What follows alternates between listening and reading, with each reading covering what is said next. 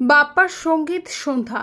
দেশের জনপ্রিয় গায়ক ও সঙ্গীত পরিচালক বাপ্পা মজুমদার 3 দশকের বেশি সময় ধরে সঙ্গীত চর্চা করছেন তিনি। শ্রোতাদের কাছে তার রয়েছে আলাদা গ্রহণযোগ্যতা। এবার তাকে ঘিরে আয়োজন করা হয়েছে একটি একক সঙ্গীত সন্ধ্যার ইয়ামাহা অন ট্রু সাউন্ডের ব্যানারে। সলো এ কনসার্টের টিকিট এরই মধ্যে পাওয়া যাচ্ছে গেট সেট রকের অফিসিয়াল ওয়েবসাইটে। আয়োজক সূত্র জানা গেছে 22 জুলাই রাত 8টায় ঢাকার ইয়ামাহা ফ্ল্যাগশিপ সেন্টারে অনুষ্ঠিত হবে বিশেষ আয়োজন।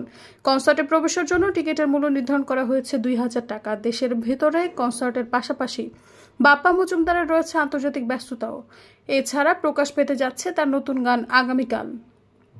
এর পাশাপাশি সব ঠিক থাকলে সেপ্টেম্বর-অক্টোবরে যুক্তরাষ্ট্র সফরে যাবেন তিনি। সে সফরে গান করবেন new York, Florida, California, Chicago সহ যুক্তরাষ্ট্রের 10টিরও বেশি শহরে। সৈয়দা ফারিয়া, সমযোগ।